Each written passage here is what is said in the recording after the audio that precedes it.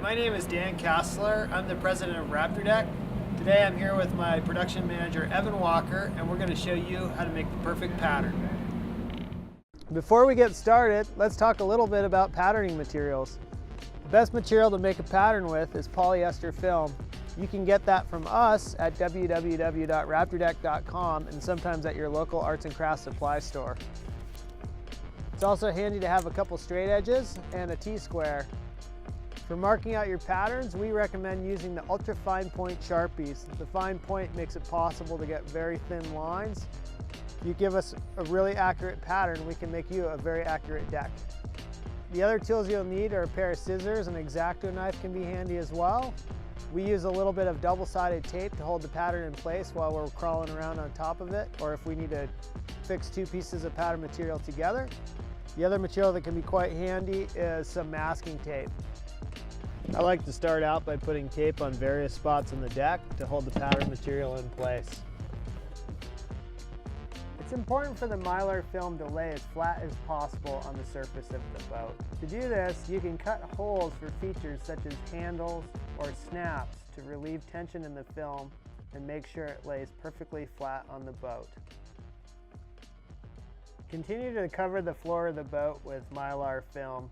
In places where it's hard to create the floor out of one piece, you can use multiple pieces and tape them together with double-sided tape. If you do this, make sure to make some small hash marks on one edge of the film so you can reassemble the panels should they come separated during shipping.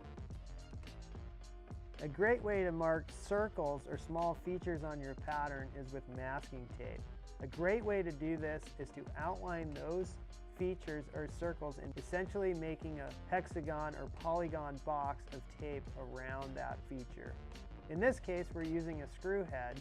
After we place the tape around the screw head, notice that we put a small pen line everywhere the tape actually touches the edge of the screw. In this way, we can really pinpoint that placement within our CAD file.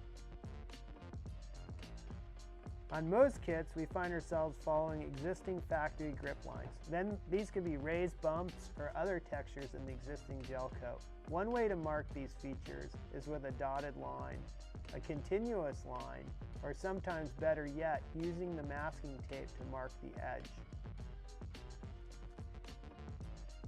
As your pattern is reaching completion, it's very important to label it. We need information such as how far to set back from a certain feature. The last step is to draw an arrow pointing at the bow on each panel. The other thing that's very helpful is to write your name, email address, and phone number so that we can keep you sorted out and align patterns with jobs and customers. For more information, please visit our site, www.raptordeck.com.